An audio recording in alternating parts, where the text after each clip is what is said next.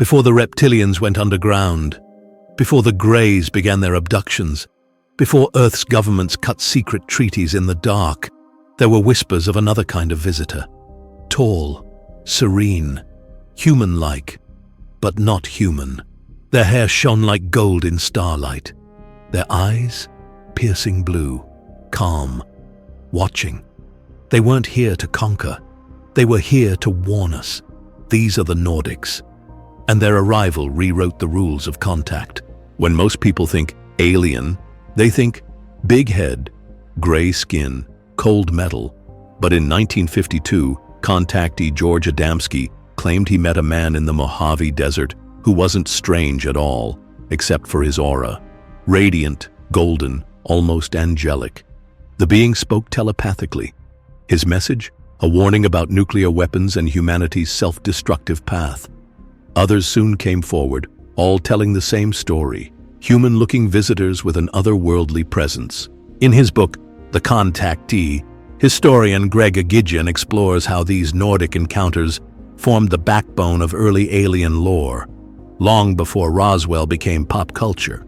According to contactees like Elena Danaan, the Nordics originate from the Pleiades, the Andromeda constellation, and in some cases, Taygeta and Era, star systems rich in spiritual technology and harmonic living.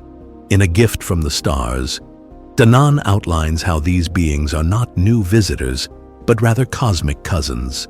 They're tied to humanity by ancient seeding events that shaped Earth's genetic evolution.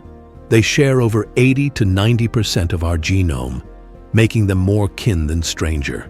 But why do they keep their presence so subtle?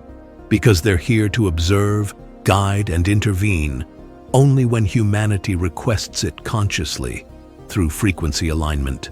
Dan Winter, physicist and consciousness researcher, adds another layer. He claims the Nordics are protectors of what he calls the implosive DNA vector.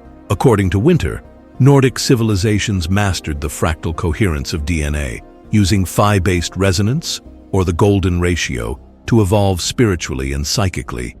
He suggests human DNA was intended to follow this path, but has been disrupted, engineered downward by other beings. The Nordics are the keepers of the original blueprint, and they're returning to help humanity realign, if we choose to. In the 1950s and 60s, these beings didn't hide in shadows. They landed in deserts, appeared in bedrooms, approached spiritual seekers. Many contactees describe them as telepathic, empathic, deeply concerned with Earth's trajectory. They warned about environmental destruction, nuclear war, the loss of spiritual integrity, and infiltration by other, less benevolent species. Some claimed the Nordics operated under a non-intervention directive. But cracks formed in that policy as reptilian influence grew behind the scenes.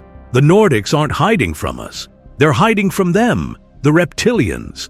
According to reports from insiders, Nordics have had to go into covert assistance mode. Why? Because open contact has made them targets of a brutal, interdimensional Cold War, and yet they still appear to certain individuals. Always with intention, always with light. Some believe they walk among us, posing as humans, quietly anchoring light grids, protecting key locations, watching Earth's timeline shift. In the Pleiadian mission by Randolph Winters, you'll discover first-hand accounts from alleged Pleiadian Nordics describing Earth's multi-dimensional role in galactic diplomacy and why humanity must choose evolution over extinction. The Nordics say they want peace, harmony, conscious awakening. But here's the tension. They refuse to intervene directly. They won't stop wars. They won't collapse corrupt systems. Instead, they offer subtle nudges, dream downloads, and synchronicities. Some say this makes them negligent. Others say it makes them wise. Nordic beings appear human, but are not Earth-born. Early contact involved peaceful warnings, not abduction. They originate from star systems with high spiritual technologies. Their mission is to assist humanity's resonance-based evolution. Their challenge is to intervene without disrupting free will, Their enemy, Reptilians and other invasive factions. This is just the beginning. If Act 1 revealed who the Nordics are, this act explains why they're here, and why the clock is ticking. Because the Nordics aren't just stargazing guardians. They're emissaries in an interstellar rescue mission, one that's tied directly to Earth's survival and to a timeline that's already been destroyed once before. According to Dan Winter and contactees like Elena Danaan, the Pleiadians, specifically the Tegatans from the Era system, are time travelers as much as star travelers. They operate from a future Earth that diverged from our own timeline. But in their future, something went wrong. Their civilization, while spiritually advanced, encountered an infiltration, genetic decay, a soft invasion from within by the very species we now associate with shadow control, the Dracos. So what did they do? They reached backward. They used quantum resonance projection to send emissaries, not in ships, but in soul form, into our timeline, to influence Earth's course before the fall could repeat. This is the core of the Nordic mission. Prevent Earth from repeating the collapse of the Pleiadian timeline. Dan Winter argues that DNA isn't just a biological archive. It's a temporal antenna. When structured correctly, through emotion, coherence, sacred geometry, and charge compression, DNA begins to resonate with timelines outside linear perception. That's why many Nordic-aligned contactees describe déjà vu, prophetic dreams, or flashes of home when they meet one of these beings. What they're sensing is temporal resonance, a vibrational handshake across timelines. That handshake is what the Nordics are trying to protect. Because when enough humans stabilize their DNA coherence, Earth locks into a higher future. The Draco can't hijack it, the Matrix can't fracture it. But we're running out of time. From a galactic perspective, Earth isn't just a beautiful water planet. It's a genetic library, a biospheric Rosetta Stone seeded by over 20 civilizations. The Nordics consider Earth's genetic diversity sacred. It contains lost species, extinct star races, and the raw materials to reseed entire systems. If Earth is hijacked, genetically, spiritually, politically, the Nordics lose their last clean anchor to course-correct the timeline. That's why they're here. And that's why they won't leave. The Draco want Earth for control. The Greys want it for genetic survival. The Nordics? They want Earth for continuity, a place where consciousness can thrive across dimensions. This isn't science fiction. It's documented through contactee literature going back to the 1950s. One chilling insight from the Pleiadian mission by Randolph Winters describes a moment where a Nordic craft entered our orbit and tuned into the collective emotional field of humanity. They reportedly found fear, confusion, numbness, and overload, which explains why they've adopted non-invasive methods, telepathic contact, dream walks, memory codes, because they can't override us. They can only invite us to remember. If you've ever had a dream of golden halls or a sudden pull toward the Pleiades, you may already be responding to their signal, a spontaneous urge to detox, meditate, or study light geometry. A deep inner knowing that something's wrong with modern life, like you were meant to do more. Then you might already be part of the Nordic network. And their mission isn't just to help Earth survive, it's to help you remember. In A Gift from the Stars by Elena Danaan, you'll find detailed records of Nordic intervention tactics, starseed awakenings, and how Pleiadian emissaries are working through Earthborn volunteers. Nordics often reach out to artists, visionaries, children, and empaths, people less rigid, more vibrationally open. These contactees become conduits, not to channel doctrine, but to stabilize timeline anchors. Greg Egigian's The Contactee explains how early contact stories weren't just tales, they were warnings embedded in human language. Even the way Nordics appear, blonde, angelic, compassionate, is symbolic. It mirrors humanity's archetypes of divine guidance, not to manipulate, but to trigger soul memory. Nordics are emissaries from a future Pleiadian timeline. Their mission is to stabilize Earth's path by influencing DNA resonance and awakening consciousness. Earth is a keystone in a galactic timeline web. Contact is non-invasive, vibrational, and designed to activate dormant memory. You may already be responding to their signal. In Act 3, we'll go deeper into the whispers and warnings. What are the Nordics not telling us? And what role do the Reptilians play in forcing their hand? The Nordics speak in symbols, in dreams, in whispers between realities. But what aren't they saying?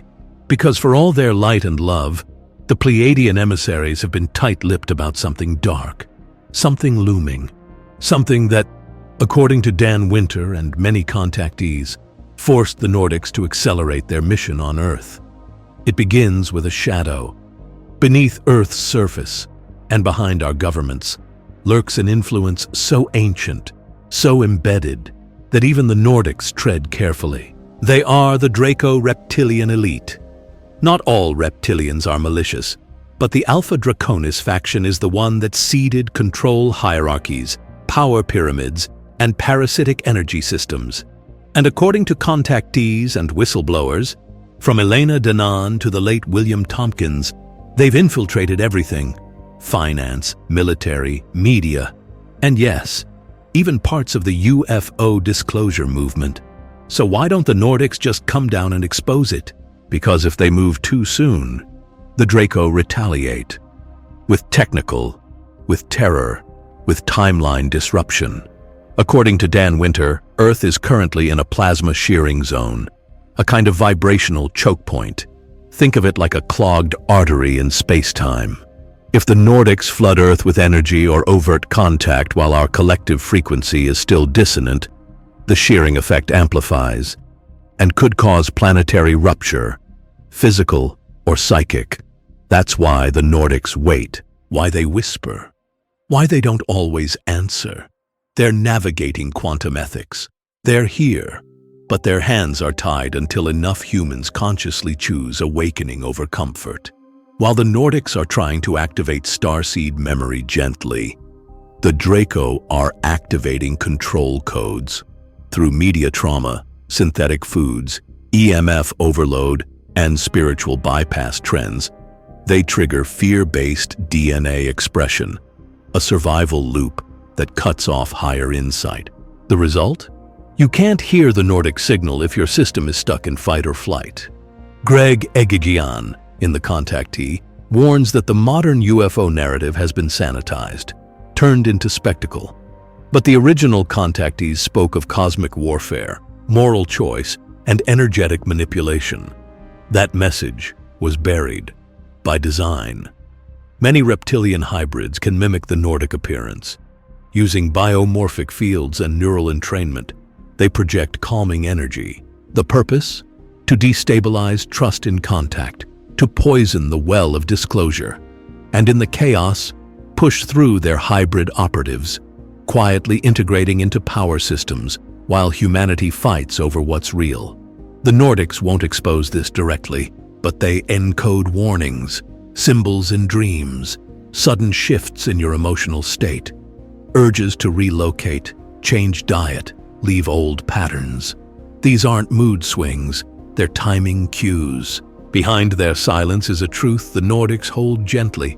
Earth is a free will zone. They can't interfere unless we signal consent through coherence. And if the Draco finalize their integration before we stabilize our collective frequency, Earth enters a techno-servitude loop, an AI-based grid system with no spiritual autonomy. This isn't prophecy, it's pattern. It already happened in other systems. Orion, Tau Ceti, even parts of Vega. Earth is the last reset node. In the Pleiadian mission by Randolph Winters, these warnings appear encoded in early contact messages. Dreams of vibrational walls, celestial lockdowns, and the danger of glowing voices with no heart. The Nordics may not say it outright, but here's what they want you to remember. Discern resonance. If a message feels coercive, it isn't from the light. Strengthen your DNA field. Practice breathwork, charge grounding, and light geometry. Question false light. Not all love and light narratives are pure. Anchor truth, share, speak, journal, meditate. Truth is a frequency weapon. Hold memory. Even if you don't know where you're from, your DNA does. Nordics are holding back overt contact due to timeline fragility. Reptilians use fear and false light to suppress awakening. Many contact experiences are disinformation. The Nordics trust you to be the tipping point. They came not with weapons, but with frequencies. While the Reptilian Draco factions embed fear, hierarchy, and suppression, the Nordics empower through geometry, sound, and memory. Their tools are not mechanical, they are energetic, encoded directly into the quantum scaffolding of reality. And now, they're being remembered. Because these aren't just alien gadgets. These are soul technologies. The first gift was shape. The geometry of love and coherence, specifically the golden ratio and dodecahedron fractals, is the literal structure of DNA, time, and interstellar memory. Nordics embed these shapes in dreams, meditations, and sometimes even crop circles. Not to impress, but to reactivate the internal recognition of universal order. Children draw them instinctively. Contactees wake from encounters, sketching 12-pointed stars and toroidal spirals. Why? Because memory is embedded in symmetry. The more coherent your energy field, the more access you gain to multi-dimensional memory. This is why trauma disrupts and geometry heals. According to A Gift from the Stars by Elena Danaan, the Nordics have been teaching humans how to sing their DNA awake.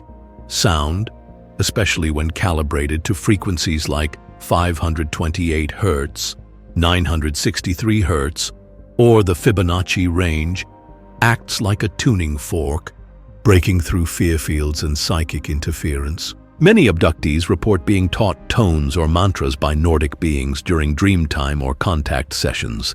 These are not just songs, they are activation keys.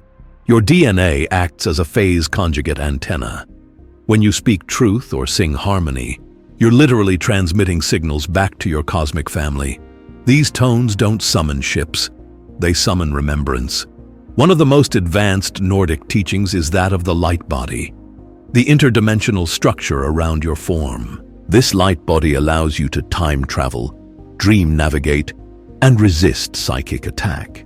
According to Randolph Winters in the Pleiadian mission, the Nordics teach that when your electromagnetic field reaches coherence, the body begins generating a plasma halo that shields against manipulation.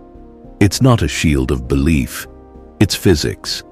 And this is why the Draco fear love, not as a virtue, but as a technology they can't replicate. Nordics don't upload info like computers. They use memory spheres. Memory spheres are plasma-based orbs that deliver non-linear information directly into your energetic body. Contactees describe sudden visions, flashes of civilizations, lost languages, or ancestral lifetimes, compressed into glowing spheres placed in the chest, hands, or third eye during encounters. Sometimes the data unpacks over weeks, sometimes instantly, but these aren't fantasies. They're downloads, and you've probably had one. Ever walk into nature, hear a sound, and suddenly cry from nowhere? That's the opening of memory. And the Nordics are masters at facilitating these openings. Breath is the interface between dimensions. When breath is coherent, rhythmically consistent and heart-aligned, it synchronizes your nervous system with the galactic lattice. The Nordics know this. They teach abductees a form of triadic breath. Inhale through the nose for 5 seconds, hold for 8, exhale for 13. Visualize light spinning from the navel to the pineal. Do this, and you become a broadcasting station, not only resistant to Draco interference, but aligned with higher planetary frequencies. In A Gift from the Stars by Elena Danaan, the author documents her own instruction from Nordic Pleiadians, covering light body shielding, vibrational healing, and encoded contact protocols. Why haven't we heard this in mainstream ufology? Because empowerment doesn't sell ads. These technologies dissolve fear, reject victimhood, and decentralize power. The Draco agenda thrives on your disempowerment, but the Nordic tools return you to sovereignty. They don't save you. They show you how to save yourself. Nordic technology is spiritual and frequency-based. Sacred geometry, sound, breath, and plasma bodies are real tools. Activation happens through remembrance, not obedience. Light is not metaphor, it's math. And it's rising.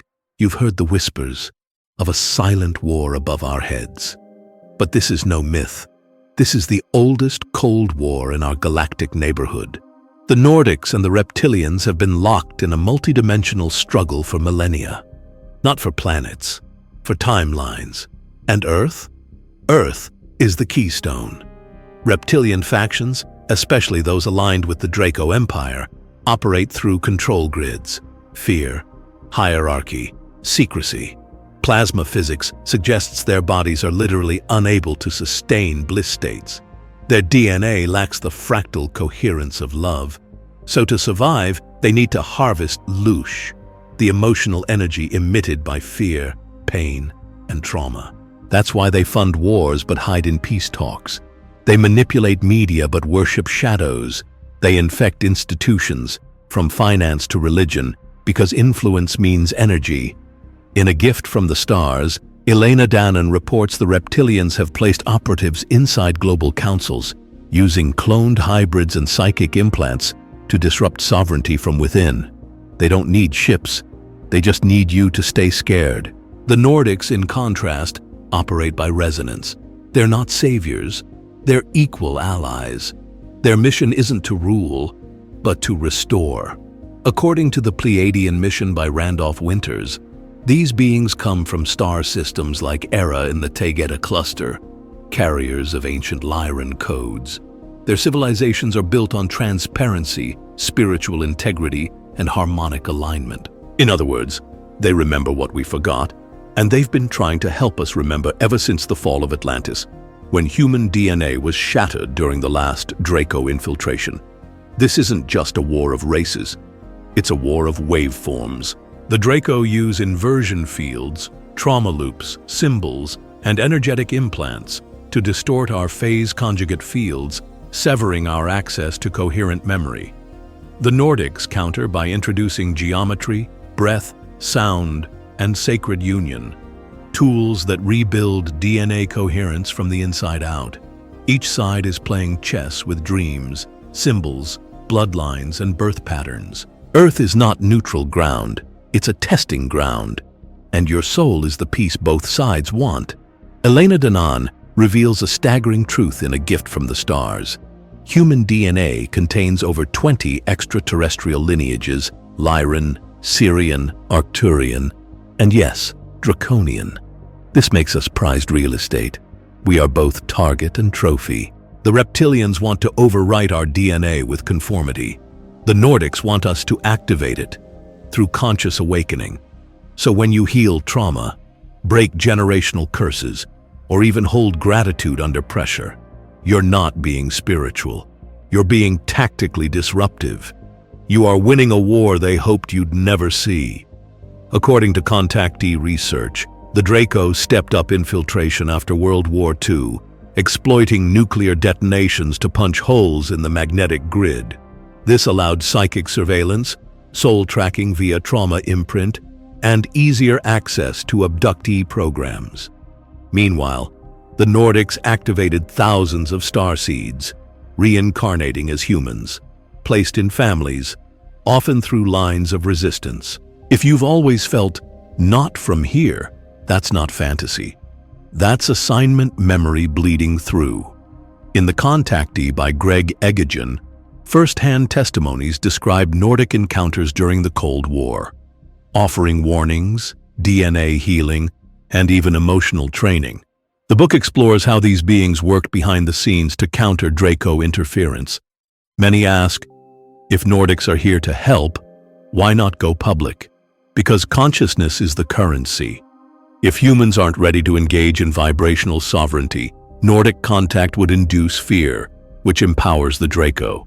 So instead, they teach in dreams, symbols, sacred sites, and synchronicity. They teach the prepared, not the passive. Because disclosure isn't a press conference, it's a personal threshold. The Draco want compliance. The Nordics want coherence.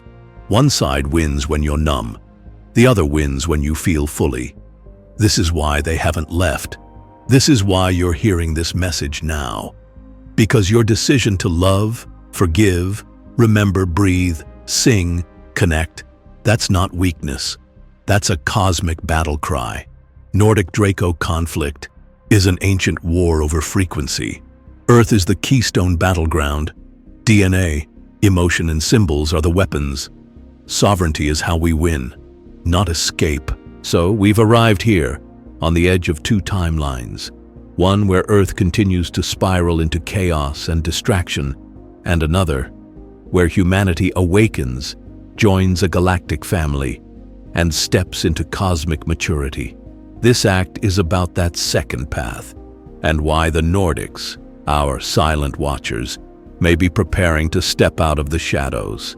According to A Gift from the Stars by Elena Danaan, Earth is not just some backwater planet.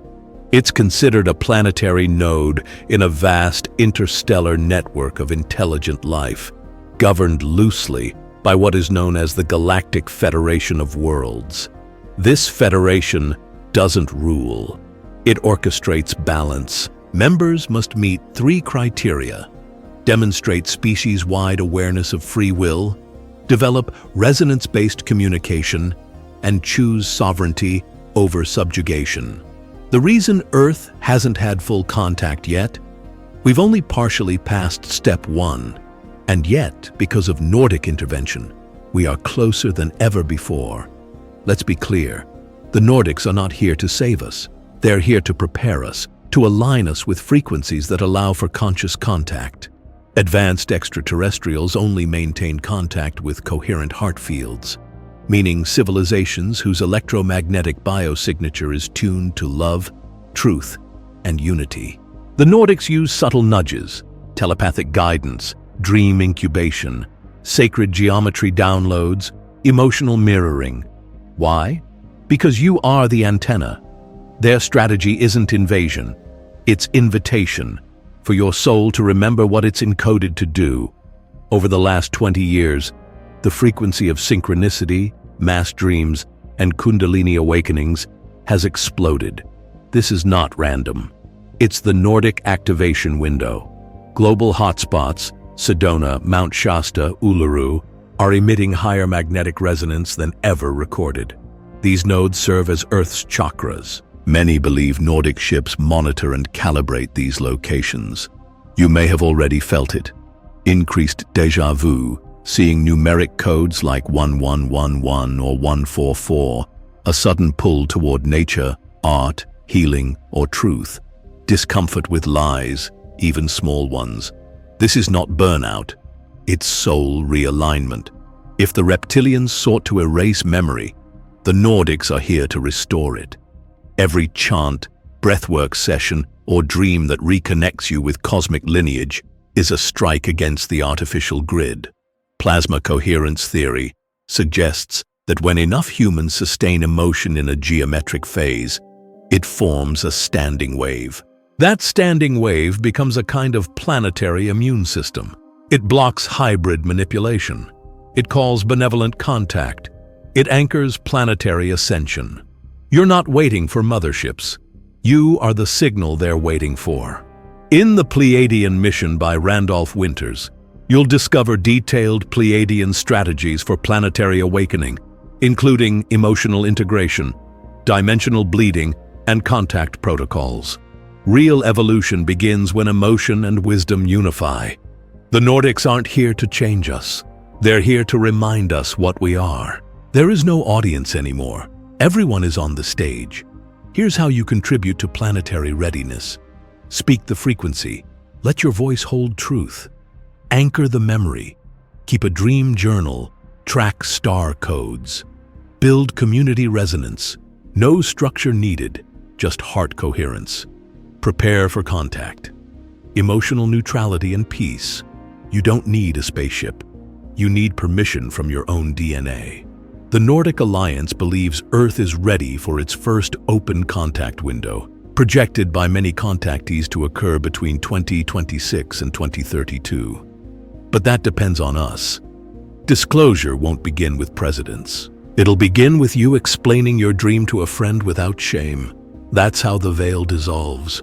We often think we're abandoned, but the truth is, we were observed, protected, prepared. The Nordics are not saviors. They are siblings from the stars, waiting patiently for us to look up and say, "We remember."